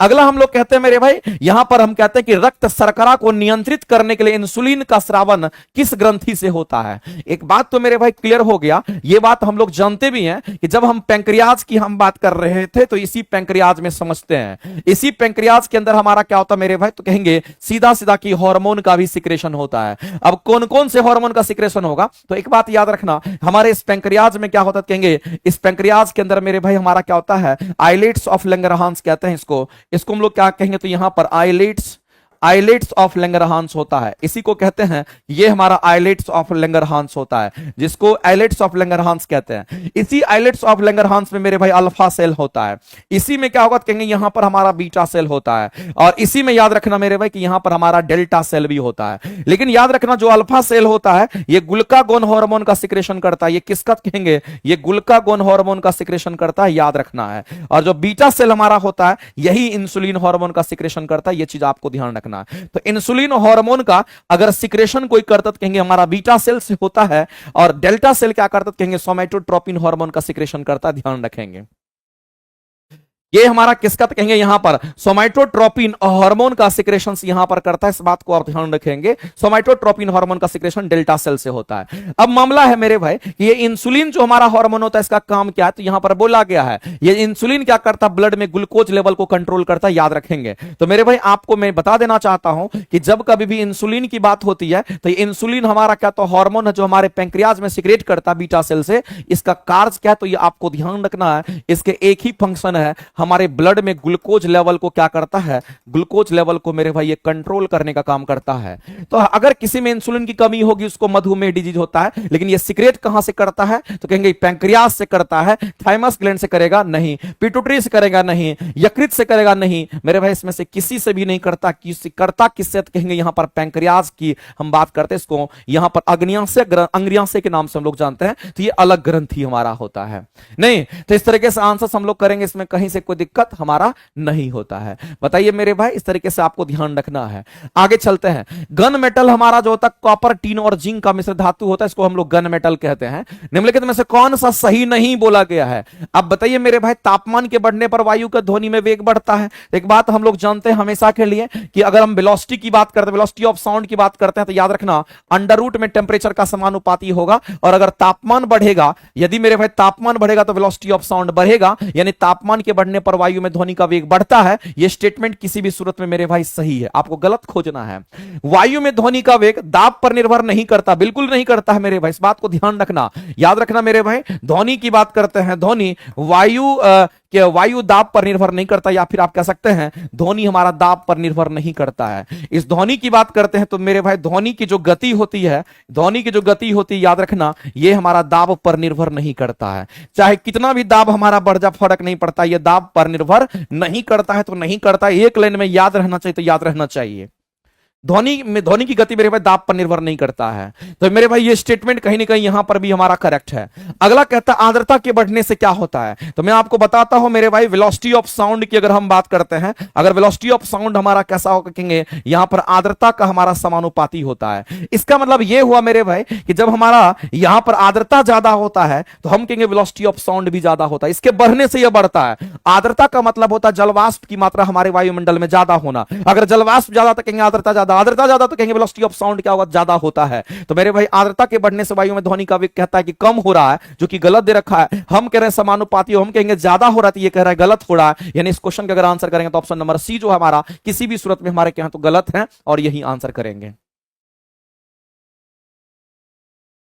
चलिए आगे चलते हैं, क्या क्या लिख रहे हैं आप सभी लोग। चलिए आगे चलते हैं और अगला क्वेश्चन हम लोग देखते हैं। और ध्वनि की बात करते हैं, ध्वनि एक प्रकार का ऊर्जा होता है, और ध्वनि जिस तरंग से चलती है उसको अनुदैर्ध्य तरंग के नाम से जानते हैं। और ध्वनि को चलने के लिए मेरे भाई क्या चाहिए, तो माध्यम चाहिए, इस बात को ध्यान रखिएगा। और ध्वनि हमारा यांत्रिक तरंग के रूप में होता है, इस बात को भी ध्यान रखेंगे। आगे चलते हैं। यदि किसी वस्तु को अवतल दर्पण के वक्रता केंद्र पर रखते हैं, अब बताइए मेरे भाई ये हमारा अवतल दर्पण है, और अवतल दर्पण में टोटल 6 केस बनता है। 6 केस को एकदम में आपको पता होना चाहिए। अवतल दर्पण है, इसको हम कहेंगे पोल। यहां पर हमारा सेंटर, यहां पर हम कहेंगे मुख्य फोकस। सेंटर और पोल के बीच में हमारा मुख्य फोकस होता है, इधर कहेंगे अनंत होता है। 6 केस बनेगा। 6 केस में अगर वस्तु अनंत पर रहेगा तो प्रतिबिंब फोकस पर बनता है। अगर वस्तु यहां रहेगा, वस्तु यहां रहेगा, वस्तु यहां रहेगा, वस्तु यहां रहेगा, इन पांचों केस में मेरे भाई कैसा प्रतिबिंब बनता है, कहेंगे वास्तविक प्रतिबिंब बनता है। इस बात को ध्यान रखना, यह वास्तविक प्रतिबिंब का हमारा निर्माण करता है। और अगर मान लेते गलती से भी वस्तु को यहां रख दीजिएगा तो प्रतिबिंब कहां बनेगा, यानी फोकस और पोल के बीच में अगर गलती से भी वस्तु रह गया तो आपको सीधा कहना पड़ेगा मेरे भाई काल्पनिक इमेज बनेगा। और काल्पनिक इमेज हमारा कैसा होगा, कहेंगे यहां पर सीधा बनता है। और हम कहते हैं मेरे भाई वस्तु से बहुत बड़ा बनता है। वस्तु से बहुत बड़ा की हम बात करते हैं, बहुत बड़ा इमेज बनता है, इस बात को बहुत बड़ा बनता है। लेकिन वास्तविक प्रतिबिंब कैसा होगा, कहेंगे वास्तविक प्रतिबिंब मेरे भाई उल्टा होता है। और याद रखना यहां रखेंगे तो छोटा इमेज बनेगा, क्योंकि हम जितना दूर रहेंगे उतना छोटा इमेज, जितना नजदीक जाते जाएंगे उतना बड़ा इमेज। और एक जगह मेरे भाई ऐसा होता है कि अगर हम वक्रता केंद्र पर वस्तु को रखते हैं तो प्रतिबिंब भी हमारा वक्रता केंद्र पर बनेगा। जितना बड़ा वस्तु है उतने बड़ा प्रतिबिंब बनेगा। यानी यही वो जगह है जिस जगह पर हम कहते हैं कि वस्तु का आकार और प्रतिबिंब का आकार बराबर होता है। अगर इधर रखेंगे तो छोटा इमेज, इधर इस साइड से इधर क्रॉस करेंगे तो बड़ा इमेज बनता है। इसका मतलब यहां भी बड़ा बनेगा, यहां भी बड़ा बनेगा, यहां भी बड़ा बनेगा। यहां समान आकार का, यहां हम कहेंगे छोटा, और यहां भी हमारा छोटा इमेज बनेगा। तो जितना नजदीक आएंगे उतना बड़ा, जितना दूर जाएंगे उतना छोटा। और यही वो पोजीशन है जहां पे समान आकार का प्रतिबिंब देता है। अगर वक्रता केंद्र पर वस्तु को रखेंगे तो प्रतिबिंब भी हमारा वक्रता केंद्र पर बनेगा। और जब वक्रता केंद्र पर प्रतिबिंब बनेगा तो मेरे भाई ये वास्तविक का केस होगा। वास्तविक होगा तो उल्टा होगा। तो मेरे भाई सीधा कहेंगे कि वास्तविक होगा और समान आकार का होगा। वास्तविक तो होगा ही होगा, उल्टा होगा ही होगा। और वक्रता केंद्र पर रखेंगे तो वक्रता केंद्र पर ही बनेगा, यानी कि समान आकार का भी इमेज बनेगा। एक लाइन में कहानी सिंपल है। आगे चलते हैं। अगला कह रहा है कि निम्नलिखित में से कौन सा गुण कार्बन डाइऑक्साइड को कार्बन मोनोऑक्साइड से भिन्न करता है। मेरे भाई एक बात याद रखना, कार्बन डाइऑक्साइड रहे कि कार्बन मोनोऑक्साइड रहे, दोनों के दोनों कलरलेस होते हैं और दोनों के दोनों ऑर्डरलेस होते हैं। इसका मतलब है मेरे भाई रंग और गंध से इसकी हम पहचान नहीं कर पाएंगे, क्योंकि ये दोनों के दोनों हमारे ऑर्डरलेस और दोनों के दोनों हमारे कलरलेस होते हैं। ना इसका रंग होता है ना इसका गंध होता है, इस बात को ध्यान रखेंगे। अब मामला क्या है मेरे भाई, इस बात को समझिएगा कि ये हमारा क्या होता है कि कार्बन डाइऑक्साइड गैस हमारा क्या करता है, ये प्रकाश संश्लेषण करता है, जबकि कार्बन मोनोऑक्साइड गैस प्रकाश संश्लेषण में भाग नहीं लेता है। तो हम कहेंगे प्रकाश की उपस्थिति में जल की अभिक्रिया करके फोटोसिंथेसिस करेगा कौन, तो कार्बन डाइऑक्साइड। तो निम्नलिखित में से कौन सा गुण कार्बन डाइऑक्साइड को कार्बन मोनोऑक्साइड से अलग करता है कि कार्बन डाइऑक्साइड गैस का इस्तेमाल हम लोग फोटोसिंथेसिस में, प्रकाश संश्लेषण में करते हैं और उस दौरान पे हम कहते हैं यूज होता है, लेकिन कार्बन मोनोऑक्साइड का यूज वहां पर नहीं होता है। आगे चलते हैं, स्टार फिश की बात करते हैं मेरे भाई। इकाइनोडर्मेटा संघ के सभी जीव कैसे होते हैं? समुद्री होते हैं, मैंने आपको बताया भी था, याद रखना। अगर हम इकाइनोडर्मेटा की अगर बात करते हैं तो मेरे भाई याद रखना कि इकाइनोडर्मेटा संघ के जो जीव होते हैं, ये इकाइनोडर्मेटा संघ के जो जीव होते हैं ये कैसे होंगे? तो संघ के जो जीव होते हैं ये सभी समुद्री होते हैं, याद रखना। ये सभी के सभी कैसे होते हैं? कहेंगे एक लाइन में कहेंगे सभी के सभी समुद्री होते हैं। ये बात मेरे भाई किसी भी सूरत में आपको याद रहना चाहिए। इकाइनोडर्मेटा संघ के जो जीव हैं वो सभी के सभी समुद्री होते हैं, सब सब समुद्र में ही होता है। और स्टार फिश की हम बात कर लेते हैं। यहां पर मेरे भाई स्टार फिश कोई फिश नहीं है, ये जीव होता है इकाइनोडर्मेटा संघ का, ये फिश नहीं, मछली नहीं है, ध्यान रखेंगे। इसी तरीके से हम कहेंगे स्टार फिश हमारा हो गया। जाहिर सी बात है मेरे भाई हम कहेंगे जेली फिश वगैरह भी हमारा इसी में आ जाता है। सॉरी, स्टार फिश की हम बात करेंगे तो हमारा ये मछली, हम लोग मेरे भाई ऑर्थोपोडा तो नहीं कह सकते हैं, स्टार फिश हमारा ये भी हमारा नहीं होता। एक लाइन में आंसर करेंगे हमारा किस में आगा? कहेंगे यहां पर इकाइनोडर्मेटा संघ के जो जीव होते हैं वो समुद्री होते हैं और उसी में हमारा स्टार फिश वगैरह आएगा। तो इस तरीके से हम आंसर करेंगे इकाइनोडर्मेटा का है। ऑर्थोपोडा संघ के जो जीव होते हैं वो कीट होता है और ये हमारा पृथ्वी का सबसे बड़ा हमारा क्या होता है कि जीव जंतु का समूह माना जाता है। मोलस्क का दूसरा सबसे बड़ा समूह होगा, ये सबसे बड़ा, ये दूसरा सबसे बड़ा होता है। इसमें ऑक्टोपस वगैरह हमारा सीपी संघ वगैरह आता है। आगे चलते हैं, जब कॉपर सल्फेट विलयन में लोहे का टुकड़ा डालते हैं तो मेरे भाई फेरस सल्फेट बनता है। एक बात बताइए मेरे भाई, कह रहा है कि हमारा कॉपर सल्फेट है, यानी ये हमारा आयरन का पाउडर डाल रहे हैं और किसमें? तो कहेंगे कॉपर सल्फेट की बात करेंगे CSO4 का। मेरे भाई हम लोग जानते हैं कि आयरन हमारा ज्यादा रिएक्टिव होता है एज कंपेयर टू हमारा कॉपर, क्योंकि कॉपर हमारा लिस्ट रिएक्टिव होता है। कॉपर हो गया, सोना हो गया, चांदी हो गया, प्लेटिनम हो गया, ये सब लिस्ट रिएक्टिव होता है, जल्दी किसी से रिएक्शन नहीं करता है। ये कम रिएक्टिव, ये ज्यादा रिएक्टिव। और हम सभी लोग जानते हैं मेरे भाई जो ज्यादा रिएक्टिव होता है वो कम रिएक्टिव को धक्का मारेगा और इसको क्या करेगा? कहेंगे रिएक्शन से बाहर कर देगा और कॉपर बेचारा इधर बाहर हो जाएगा। और ये आयरन क्या करेगा? इसके साथ चिपक जाएगा और आयरन सल्फेट का निर्माण करेगा, FeSO4 बना लेगा। तो मेरे भाई ये डिस्प्लेसमेंट रिएक्शन होता है, इसी को रिएक्शन को हम लोग क्या कहते हैं? तो ये हमारा एक यहां पर डिस्प्लेसमेंट रिएक्शन हमारा होगा, याद रखेंगे। लेकिन ये कैसा डिस्प्लेसमेंट होगा? तो याद रखना इसको सिंगल डिस्प्लेसमेंट कहते हैं। इसको हम लोग सिंगल डिस्प्लेसमेंट रिएक्शंस के नाम से हम लोग जानते हैं। यानी मेरे भाई ये हमारा प्रतिस्थापन अभिक्रिया, ऊष्मीय वियोजन हमारा कौन सा होगा मेरे भाई? तो हम लोग को यहां पर कहना कि हमारा सब्स्टिट्यूशन रिएक्शन तो हमारा नहीं होगा, ये भी हमारा नहीं होगा, क्योंकि सब्स्टिट्यूशन रिएक्शन हमारा नहीं होता, सब्स्टिट्यूट होता है। ये अगर हम बात करते हैं यहां पर तो मेरे भाई एडिशन रिएक्शन तो किसी भी सूरत में नहीं होगा, क्योंकि एडिशन रिएक्शन जब कभी भी बनता है तो इससे एक ही उत्पाद बनते हैं, याद रखना है। तो ये तो नहीं होगा। ऊष्मीय वियोजन भी नहीं होगा, थर्मल डिकम्पोजिशन भी नहीं होगा कि गर्म करके तोड़ रहे हैं। इसमें मेरे भाई हम कहेंगे सिंगल डिस्प्लेसमेंट होगा, यानी आप कह सकते हैं यहां पर सीधा सीधा कि डिस्प्लेसमेंट रिएक्शन हमारा होगा। और इसको हम लोग क्या कहेंगे? प्रतिस्थापन अभिक्रिया भी कह सकते हैं, ये भी हमारा चलेगा। तो मेरे भाई इसमें हम कहते हैं कि ये क्या किया? आयरन क्या किया? इसको हटा करके यहां पर सब्स्टिट्यूट हो गया और आयरन बाहर निकल गया। तो अगर आपके सामने में ये आंसर दे रखा है या सिंगल डिस्प्लेसमेंट की बात करता है, एकल विस्थापन की बात करता है, तो मेरे भाई आप इसको टिक आउट करेंगे। और एकल विस्थापन की जब कभी भी बात करेगा तब तो कुछ सोचना ही नहीं है, आप डायरेक्ट आंसर्स कर सकते थे। आगे चलते हैं, अगला क्वेश्चन हम लोग देखते हैं। अगला क्वेश्चन हमारे सामने है कि 25 डिग्री सेल्सियस पर एक विलयन के पीओएच की गणना करना। हम लोगों को निकालना क्या है? तो हम लोग को पीएच वैल्यू नहीं निकालना, हम लोग को निकालना मेरे भाई पीओएच का मान निकालना, जिसमें हाइड्रोनियम आयन H3O+ की सांद्रता इतनी दे रखी है। मेरे भाई एक बात आपको याद रखना पड़ेगा कि एक रिलेशन हमारा होता है, इसमें रिलेशन हमारा क्या होगा? तो कहेंगे H+ आयन का कंसेंट्रेशन और OH- का कंसेंट्रेशन, ये हमारा किसके बराबर? 10 के पावर हमारा -14 के बराबर होता है। ये डेटा किसी भी सूरत में आपको याद रखना है। दूसरा चीज मेरे भाई आपको याद रखना है कि अगर हम बात करते हैं किसका? अगर हम बात करते हैं यहां पर हाइड्रोनियम आयन की, अगर हम बात करते हैं तो ये जो हाइड्रोनियम आयन आपको दे रखा है, इसका मतलब है मेरे भाई H+ की बात करते हैं और H+ का जो कंसेंट्रेशन होता है वही हमारा हाइड्रोनियम आयन H3O+ का होता है। इस बात को आप ध्यान में रखेंगे। यहां H+, यहां भी H+, यहां माइनस की बात नहीं है, दोनों बराबर हो जाएगा। और ऐसी परिस्थिति में हम कहेंगे 1 × 10⁻⁻4 हमारा यहां पर मोल दे रखा है। तो ये आपको दे रखा है, आपसे OH मान निकालना है मेरे भाई। इसको अगर हम यहां पर देख लिए कि ऐसा हमारा दे रखा है तो जाहिर सी बात इसकी वैल्यू हम यहां पर पुट करेंगे, OH- निकाल लेंगे। तो करेंगे क्या? इस इक्वेशंस की वैल्यू इसमें पुट कर देते हैं। तो हमारे पास क्या तो कहेंगे यहां पर H+ की बात करते हैं, हमारे पास यहां पर क्या कहेंगे? यहां पर OH- की हम बात करते हैं और यही 10 के पावर हमारा क्या होगा? तो -14 यहां पर होगा।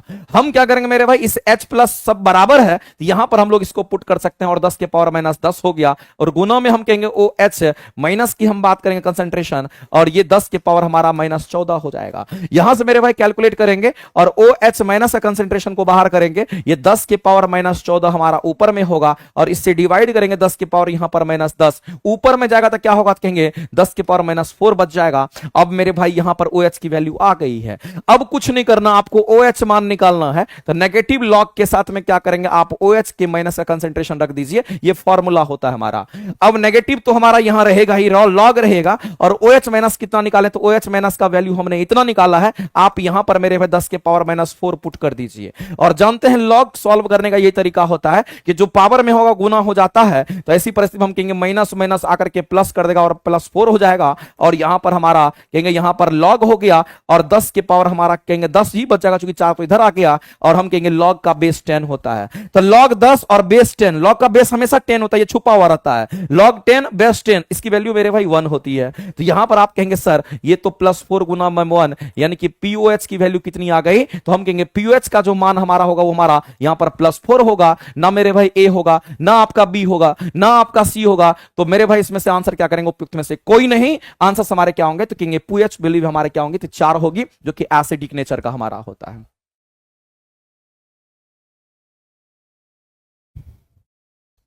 आगे बढ़ते हैं, अगला क्वेश्चन हम लोग करेंगे। मेरे भाई इस क्वेश्चन को आप ध्यान में रखना, काम आपका हो जाएगा, और ऐसे ही बनते हैं, एक क्वेश्चन पर कम से कम प्रैक्टिस कर लेना, फॉर्मूला के साथ काम आपका बन जाना है।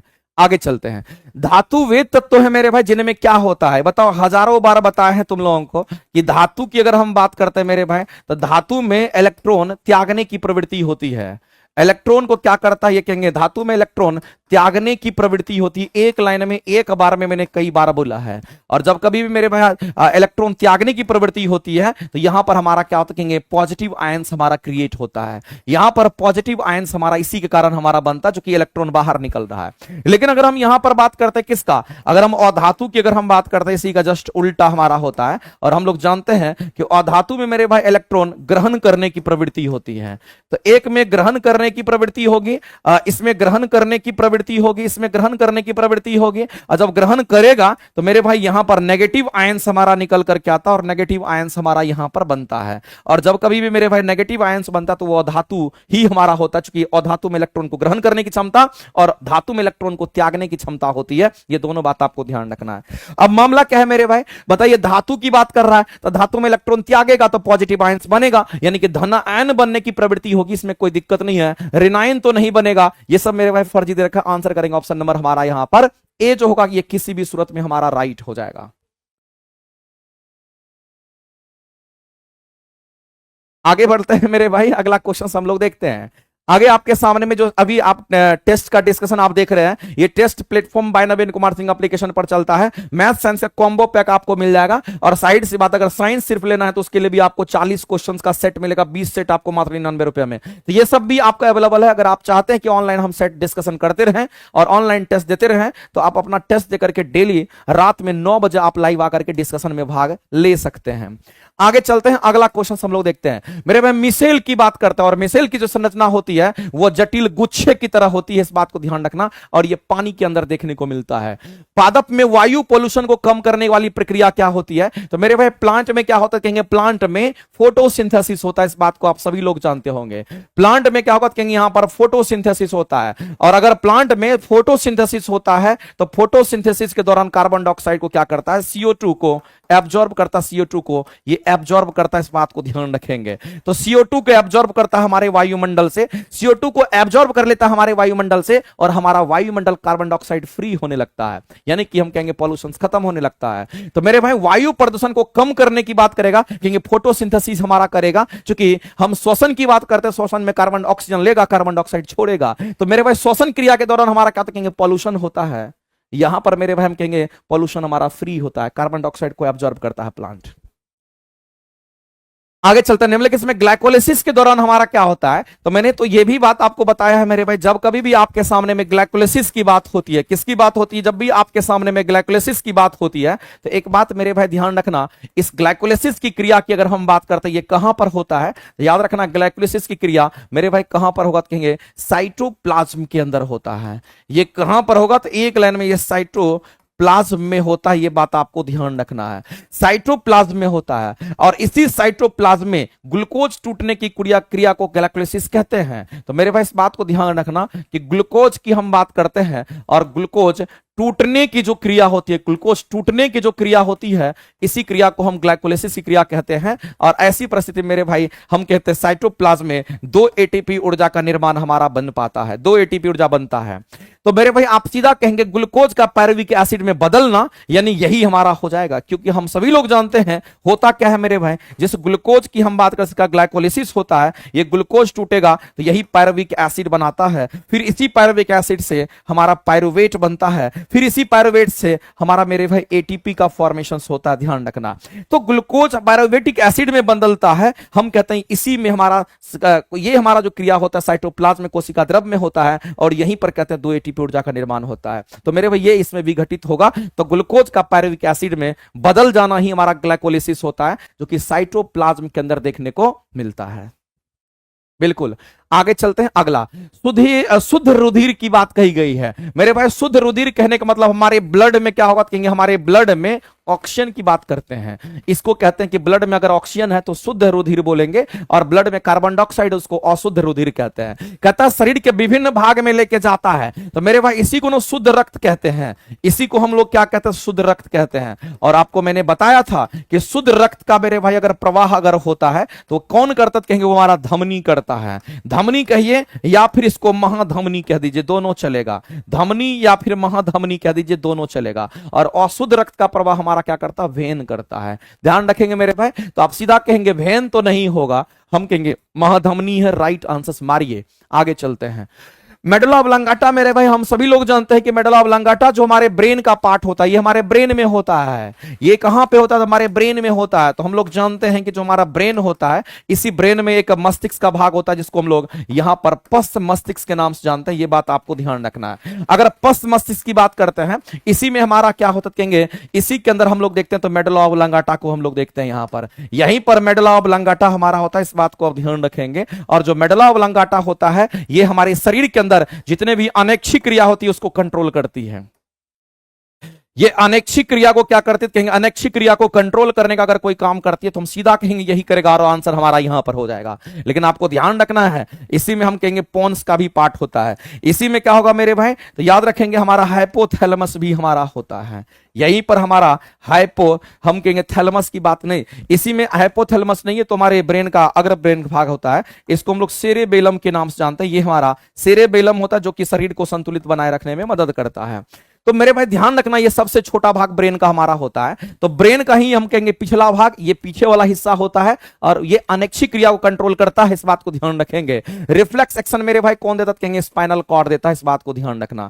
अगर हम किसकी बात कर रहे हैं, तो यहां पर अगर स्पाइनल कॉर्ड की बात करते हैं, ये रिफ्लेक्स एक्शन देता है। और अगर हम यहां पर बात करते हैं वॉलेंटरी एक्शन, जिसको ऐच्छिक क्रिया कहते हैं, ये कौन करता है मेरे भाई, तो कहेंगे यहां पर हम सेरेब्रम की बात करते हैं। याद रखेंगे, ये सेरेब्रम हमारा क्या करता है, हमारे इच्छानुसार काम करता है, क्योंकि बुद्धि का केंद्र हमारा सेरेब्रम होता है, जो आगे वाला हिस्सा होता है।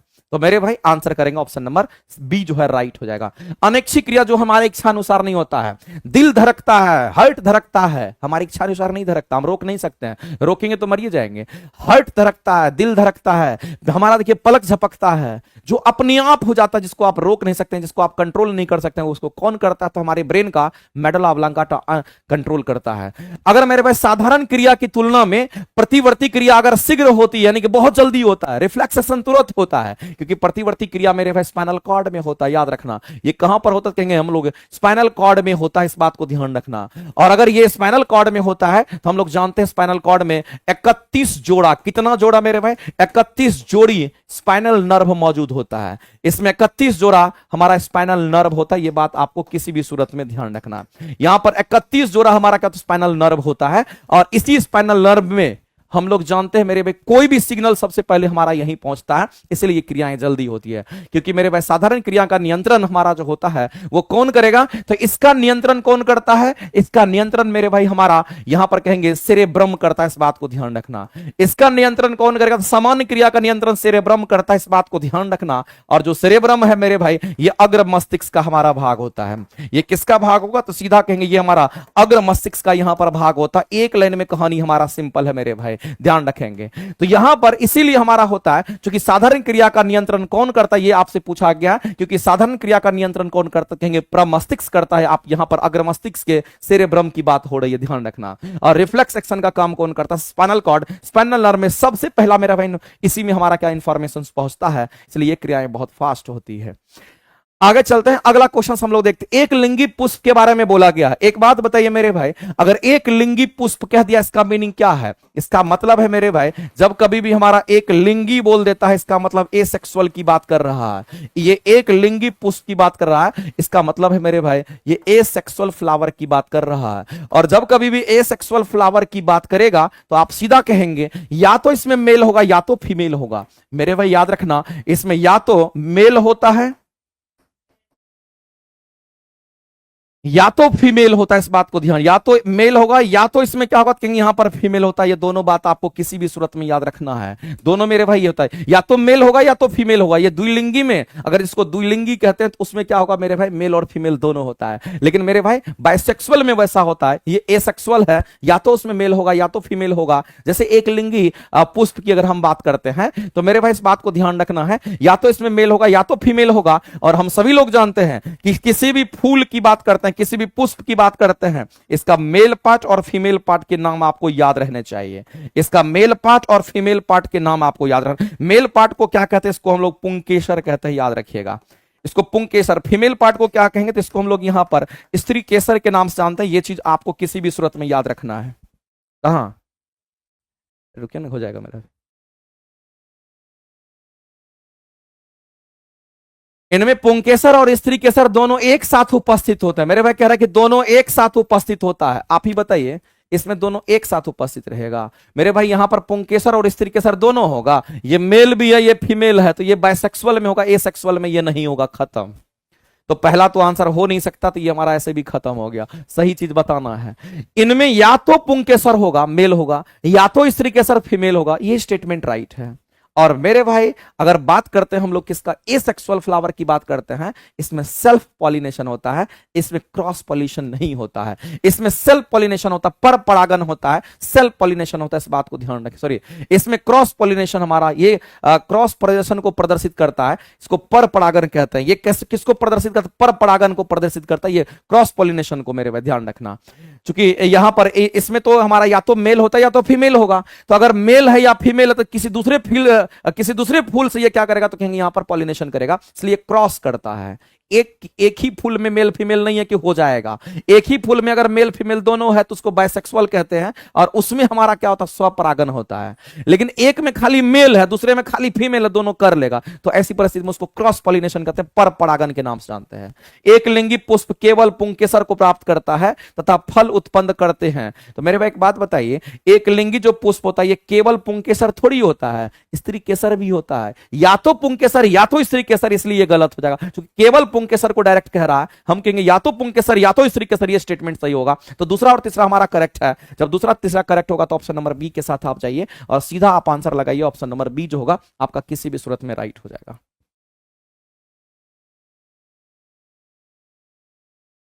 चलिए आगे चलते हैं, अगले क्वेश्चन की तरफ हम लोग बढ़ते हैं, और अगला क्वेश्चन हम लोग क्या क्या कहता है उसको समझिएगा। नेक्स्ट कहता है, ये बताइए अभिसारी लेंस हमारा कैसा होता है। अभिसारी मतलब जो प्रकाश क्या होगा, तो मेरे भाई जमा होता है, उसी को तो अभिसारी कहते हैं। ये अभिसारी नहीं है, ये हमारा क्या होगा, अपसारी होता है, जो प्रकाश को फैलाता है। इसमें प्रकाश एक जगह जमा होता है। कन्वर्जिंग लेंस हमारा, ये कन्वर्जिंग प्रकाश है, कन्वर्जिंग रे है, ये डाइवर्जिंग रे है, प्रकाश को फैला रहा है। एक लाइन में कहानी सिंपल है।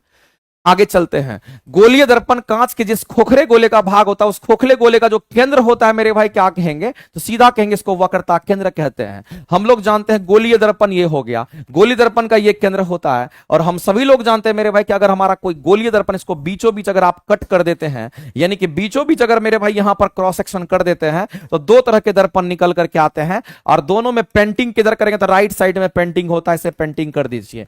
इसमें भी राइट साइड में इस दर्पण में पेंटिंग कर दीजिए। मेरे भाई एक बात बताओ कि दोनों के लिए सेंटर का काम करता है, और ऐसी परिस्थिति में सजाना है तो इसको पोल कहते हैं। यहां पर हमारा सेंटर होता है, सेंटर और पोल के बीच में हमारा मुख्य फोकस होता है। तो इस दर्पण की ये कहानी हो गई। और दूसरे दर्पण में यहां पर हमारा पोल होता है, कर्व इधर है तो कहेंगे सेंटर यहां है, सेंटर और पोल के बीच में यहां भी मुख्य फोकस होगा। तो मेरे भाई इसी केंद्र को वक्रता केंद्र के नाम से जानते हैं, इसलिए केंद्र का भाग जो हमारा होगा वो क्या कहलाएगा, तो वक्रता केंद्र कहलाता है। ध्यान रखेंगे। आगे चलते हैं। अगला मेरे भाई अखंड ज्योति बैच, जिसमें थ्योरी की क्लासेस बेहतरीन तरीके से हम करा रहे हैं। अगर किसी को लगता है कि मेरी थ्योरी बहुत वीक है तो हम आपसे कहते हैं कि क्लासेस आप कर लीजिए। और ये भी अखंड ज्योति बैच की classes platform by Naveen Kumar Singh application पर अवेलेबल है, आप वहां से क्लासेस कर सकते हैं। मेरे भाई वायु के सापेक्ष कांच का अपवर्तनांक हमारा किसका, तो कहेंगे वायु के सापेक्ष, यानी कि वायु के सापेक्ष। इसका मतलब है कि मेरे भाई यहां पर हम कहेंगे कांच का अपवर्तनांक वायु के सापेक्ष कितना दे रखा है, तो कहेंगे 3/2 दे रखा है। आपसे पूछा है कि कांच के सापेक्ष वायु का, इसका मतलब हम कहेंगे म्यू हमारा किसका, तो एयर का। किसके सापेक्ष मेरे भाई, हम कहेंगे यहां पर कांच का, यानी कि ग्लास के सापेक्ष। अब मेरे भाई उल्टा हो जाएगा। ये देखिए आपको दे रखा है कि ग्लास का अपवर्तनांक हमारा वायु के सापेक्ष, मेरे भाई जिसके सापेक्ष बोलता है ना वो उसके बाद होता है। अब इसके सापेक्ष बोला तो ये पहले है, इसका मतलब है दोनों उल्टा नहीं हो गया। यहां पर इसका अपवर्तनांक इसके सापेक्ष, यहां पर इसका अपवर्तनांक इसके सापेक्ष, दोनों उल्टा हो गया। तो मेरे भाई ये भी पलट जाएगा, 2:3 हो जाएगा। एक लाइन में कहानी सिंपल है। आंसर करेंगे ऑप्शन नंबर सी। इसमें सोचना क्या है, डायरेक्ट आंसर्स मारेंगे और आंसर्स हमारे तुरंत आएंगे। डायरेक्ट आंसर्स मारेंगे और किसी भी सूरत में हमारे आंसर्स क्या होंगे, तो यहां पर करेक्ट होंगे। इसलिए कभी इस चीज के लिए मेरे भाई सोचना भी नहीं है। चलिए आगे चलते हैं। अगला क्वेश्चन मेरे भाई बढ़ते हैं और अगला क्वेश्चन करके बता दीजिए। कहता है एक उत्तल लेंस के सामने अगर 2f दूरी पर वस्तु करके प्रतिबिंब कहां बनेगा। मेरे भाई जो लेंस पढ़ा होगा, जो थ्योरी मेरे से पढ़ा होगा उससे बनना चाहिए। ऑप्टिकल सेंटर होता है। इस कर्व के लिए एक फोकस यहां होगा जिसको f1 कह दिए। इसी कर्व के लिए जितना दूरी पर, कोई भी दूरी यहां से मापते हैं, यहां से यहां तक f1, तो यहां से यहां तक 2f1 की बात करेंगे। और इधर हमारा अनंत पोजीशन होता है। इस कर्व के लिए मेरे भाई हम कहेंगे यहां पर हमारा f2 होगा, तो उतने ही डिस्टेंस पर हम कहेंगे 2f2 होगा, और इधर हमारा अनंत पोजीशन होता है। मेरे भाई एक बात याद रखना कि लेंस में जब कभी भी किसी भी वस्तु को f1 2f1 पर रखते हैं तो याद रखना प्रतिबिंब हमारा 2f2 पर बनता है। दर्पण में अगर हम वक्रता केंद्र पर रखते हैं तो प्रतिबिंब भी वक्रता केंद्र पर बनता है। यहां 2f1 पर वस्तु को रखेंगे तो प्रतिबिंब यहां पर बनेगा। ये इमेज है, ये ऑब्जेक्ट की हम बात कर रहे हैं। तो मेरे भाई इस बात को ध्यान रखना, अगर वस्तु के 2f पर अगर रखते हैं, यानी अगर आप 2f पर रखेंगे तो प्रतिबिंब भी आपका 2f पर बनेगा। कहां पर बनेगा, तो 2f2 पर बनेगा। याद रखना, ऐसे ध्यान रखना। यहां गलती है, 2f1 और यहां पर 2f2 हम लोग कहते हैं, तो राइट हमारा आंसर होता। और अगर अनंत पर रखते हैं तो हमारा f2 पर प्रतिबिंब बनता है। ये उत्तल लेंस की बात हो रही है, ये उत्तल लेंस हमारा है। आगे निम्नलिखित में से कौन सी भौतिक सिद्धांत जो है रॉकेट इंजन, जेट इंजन और अपस्फीति वाले गुब्बारे द्वारा पैदा होने पर प्रणोद की व्याख्या करता है। एक बात बताइए मेरे भाई, कोई भी रॉकेट अगर लॉन्च करता है तो एक्शन करेगा तो रिएक्शन मिलता है। धुआं से एक्शन नीचे करता है तो रिएक्शन से वो ऊपर उठता है। इसका मतलब मेरे भाई न्यूटन के थर्ड लॉ पे काम करता है। एक लाइन में कहानी सिंपल, न्यूटन गति के तृतीय नियम पर काम करता है। आंसर जलवाष्प के पुनः जल में रूपांतरित। मेरे भाई हम लोग जानते हैं कि कोई भी वाष्प हमारा होता है, इस वाष्प को अगर हम पानी बना देते हैं तो इस प्रोसेस को हम क्या कहते हैं, इसी प्रोसेस को हम संघनन कहते हैं। यह संघनन की प्रक्रिया होती है, इस बात को आप किसी भी सूरत में ध्यान रखेंगे। और संघनन की प्रक्रिया जो होती है, इसी को मेरे भाई इंग्लिश में अगर बोलेंगे तो इंग्लिश में इसी को हम कंडेंसेशन के नाम से जानते हैं, याद रखना है। तो मेरे भाई वाष्प का पानी बन जाना, वाष्प का पानी बन जाना संघनन कहलाता है। और इसी को इंग्लिश में हम क्या कहेंगे, तो यहां पर कंडेंसेशन कहते हैं। और अगर कोई भी वाष्प हमारा पानी बन रहा है तो सब्लिमेशन नहीं होगा, वाष्पीकरण नहीं होगा। वाष्पीकरण में तो हम क्या कहते हैं, पानी वाष्प बन जाता है। मेरे भाई फ्रीजिंग भी नहीं होगा, फ्रीजिंग में तो पानी फ्रीज कर जाता है, बर्फ बन जाता है। तो मेरे भाई यहां बोला है कि जलवाष्प के पुनः जल में रूपांतरित होने की प्रक्रिया क्या होगी, तो जलवाष्प का जल बनना है तो वाष्प का पानी बनना है, संघनन होगा। एक को ऑप्शन मैंने दे रखा है, आंसर करेंगे उपयुक्त में से कोई नहीं। मेरे भाई इसके कुछ आंसर्स गलत हैं, उसको सुधार आप कर लीजिएगा। एक लाइन में कहानी सिंपल है और आप सभी लोग आंसर्स कर भी रहे होंगे, बुझा रहा होगा। लगातार सिर्फ मेरा क्लासेस आप वॉच करते रहिए। हम तो आप लोगों को बोले ही मेरे भाई, कुछ चीजें हैं जो आप मेरे ऊपर छोड़ दी, जो कहते हैं वो करिए। हम आपको क्या बोलते हैं मेरे भाई, अगर आपको प्रैक्टिस करनी है तो प्रैक्टिस अगर मेरे साथ करनी है, ध्यान रखना, अगर मेरे साथ प्रैक्टिस करनी है और मेरे द्वारा क्वेश्चंस का एनालिसिस अगर करना है, मेरे द्वारा जो क्वेश्चंस आपको सेलेक्ट करके दिया जाता है, तो मेरे भाई मेरे द्वारा जो क्वेश्चंस दिया जाता है वो आपको नियुक्ति बैच बैच की क्लासेस उसको करना है। ध्यान रखेंगे हम किसकी बात कर रहे हैं, तो नियुक्ति बैच आपको मिलेगा, लेकिन नियुक्ति बैच मेरे भाई कौन सा लेना है, 4.0 वाला लीजिएगा, जिसमें 4000 क्वेश्चंस का एक्सप्लेनेशन आपका हो रहा है, 4000 एमसीक्यू की बात कर रहे हैं, और इसके फीस होंगे वो 499 का होगा, ध्यान रखेंगे। तो ये प्रैक्टिस मेरे साथ अगर करना तो इसको कीजिए, बाद बाकी यूट्यूब पर तो आपकी क्लासेस ये दी जा रही है, इसमें 40 क्वेश्चन यहां भी आप करिए, प्रैक्टिस करने के लिए इसको जरूर करिएगा, क्योंकि इस बार मेरे भाई सबसे सुपर हिट बैच हमारा यही था, और इस बार भी हम कहते हैं कितना क्वेश्चन करा देंगे, एक भी क्वेश्चन बाहर नहीं जाएगा, सिर्फ प्रैक्टिस मेरे साथ करना, काम तुम्हारा भी हो जाएगा। थ्योरी वीक है तो थ्योरी वीक अगर है तो अखंड ज्योति बैच की क्लासेस कर लो, अगर थ्योरी वीक है तो अभी नई क्लासेस जो हमारी आई है इंजेक्शन बैच, उसको तुम कर सकते हो। मेरे भाई प्रकाशिकी जिसको हम ऑप्टिक्स के नाम से जानते हैं, कौन सा शब्द हमारा लेंस के डायफ्राम के खुलने को संदर्भित करता है, जो स्थानिक रूप से प्रकाश के प्रसार को सीमित करता है। तो मेरे भाई एक बात आप ध्यान रखेंगे, हम लेंस की बात करते हैं या किसी की भी बात कर लेते हैं तो याद रखना, अगर मान लेते कि ये हमारा एक लेंस है, और इस लेंस की अगर हम बात करते हैं, इस लाइन को हम लोग क्या कहते हैं, एपर्चर कहते हैं। जैसे मेरे भाई आप ध्यान रखें कि ये हमारा क्या, तो यहां पर हमारा एक लेंस होता है, एपर्चर हमारा क्या होता है, कहेंगे इसका जो डायमीटर होता है उसी को एपर्चर कहते हैं। ये हमारे लिए क्या होता है, इसी को हम यहां पर एपर्चर के नाम से जानते हैं, ये हमारा एपर्चर कहलाता है, ध्यान रखेंगे। तो मेरे भाई लेंस में स्थानिक रूप से प्रकाश के प्रकार को सीमित अगर करता है तो ये एपर्चर करता है, इससे ऊपर नीचे नहीं होगा, तो हम लोग सीधा कहेंगे ये एपर्चर हमारा होता है, और यही आंसर करेंगे। आगे, ठोस पदार्थ के उनके घटक के कणों की व्यवस्था में मौजूद में क्रम में रखने की प्रकृति के आधार पर हम लोग कहेंगे मेरे भाई क्रिस्टलाइजेशन या फिर अक्रिस्टलाइजेशन हमारा होता है। एक बात याद रखना कि कोई भी मॉलिक्यूल्स अगर अरेंज्ड वे में, हाईली अरेंज्ड वे में, तो उसको क्रिस्टलाइजेशन का रूप वो देता है, लेकिन मेरे भाई अरेंज्ड वे में नहीं है, उसी को हम लोग कहते हैं वो हमारा कैसा होगा, तो एमरफस होता है। वैसे एमरफस जो सॉलिड होता है मैं आपको बता देना चाहता हूं, याद रखिएगा, क्योंकि ये डायरेक्ट क्वेश्चन आपके एग्जाम में आता है। अगर हम एमरफस सॉलिड्स की बात करते हैं, अगर हम किसकी बात कर रहे हैं, एमरफस सॉलिड्स की बात कर, जो एग्जांपल लिखा रहे हैं इसको घोर के पी जाना। एमरफस जो सॉलिड्स होता है मेरे भाई, ये लकड़ी को कहते हैं, किसको कहते हैं, लकड़ी जो हमारा होता है, या फिर मेरे भाई किसको कहेंगे, तो हमारा जो ग्लास होता है ये भी एक एमरफस सॉलिड्स होता है, याद रखना, लकड़ी हो गया, ग्लास हो गया, एमरफस सॉलिड होता है। और लेकिन क्रिस्टलाइजेशन की अगर बात करते हैं, जैसे हमारा डायमंड हो गया, जैसे हमारा डायमंड वगैरह की बात करते हैं, हाईली अरेंज्ड होता है, वो क्रिस्टलाइजेशन हमारा होता है। तो मेरे भाई सब ठोस के रूप में होता है, इसलिए आंसर करेंगे। तो इस तरीके से मेरे भाई उसको हम लोग क्या करते हैं, उसके अंदर जो घटक होते हैं उनके कण की व्यवस्था के मौजूद क्रम में उसको रखने के बाद हम कहते हैं कि हमारा क्या, तो एमरफस है या क्रिस्टलाइन है या फिर अक्रिस्टलाइजेशन हमारा होता है। आगे बात करते हैं निम्नलिखित में कौन सा स्टेटमेंट सही है, बताइए। परमाणु त्रिज्या आवर्त सारणी में मेरे भाई हम सभी लोग जानते हैं, ये बात किसी भी सूरत में आपको याद रखना है। प्रेडिक्टेबल में अगर हम प्रेडिक्टेबल की बात करते हैं तो इसको हम आवर्त कहते हैं, और इस आवर्त में देखते हैं तो ये लेफ्ट साइड, ये हमारा राइट साइड होता है। जब लेफ्ट से राइट जाएंगे मेरे भाई तो हम सीधा कहते हैं कि एटॉमिक साइज हमारा घटता है, एटॉमिक साइज हमारा घटता है, इधर एटॉमिक साइज घटता है। जब डाउन द ग्रुप की हम बात करते हैं, यहां पर मेरे भाई ऊपर से नीचे की ओर आते हैं, तो याद रखना एटॉमिक साइज हमारा क्या होगा, कहीं एटॉमिक साइज हमारा यहां पर बढ़ता है, तो इधर घटेगा, इधर हमारा बढ़ेगा। अब यहां देख लीजिए मेरे परमाणु त्रिज्या आवर्त सारणी में, परमाणु त्रिज्या एटॉमिक रेडियस, एटॉमिक साइज का मतलब है मेरे भाई एटॉमिक रेडियस की बात कर रहे हैं। एटॉमिक साइज अगर घट रहा है तो एटॉमिक रेडियस घटेगा, एटॉमिक साइज अगर बढ़ रहा है इसका मतलब एटॉमिक रेडियस की अगर हम बात करते हैं, ये मेरे भाई किसी भी सूरत में बढ़ेगा।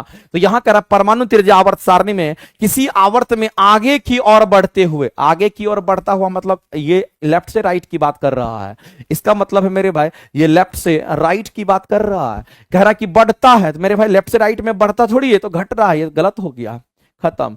आगे, परमाणु त्रिज्या आवर्त सारणी में किसी भी आवर्त में आगे की ओर कहता है कि बढ़ता है, तो मेरे भाई ये भी घटता, चूंकि बढ़ता नहीं है घटता है। कहता परमाणु त्रिज्या आवर्त सारणी में किसी भी आवर्त में आगे की ओर बढ़ता, बढ़ने की तो बातें नहीं करेंगे मेरे भाई, ये भी गलत, ये भी गलत, यहां भी गलत की बात कर रहा है, इन सभी में गलत है। तो मेरे भाई सबके सब स्टेटमेंट गलत है, तो आप आंसर करेंगे ऑप्शन नंबर हमारा क्या होगा, तो इस क्वेश्चन का आंसर करेंगे ऑप्शन नंबर ई जो होगा हमारा करेक्ट होगा। इनमें से कोई भी हमारे सही आंसर्स नहीं है। डी कैसे होगा जी, बी कैसे होगा जी, आंसर थोड़ी मारना है, सोच के मारना है। आगे चलते हैं, अगला क्वेश्चन हम लोग देखते हैं, अगला क्वेश्चन देखते हैं मेरे भाई क्या कहता है, समझिएगा गौर से।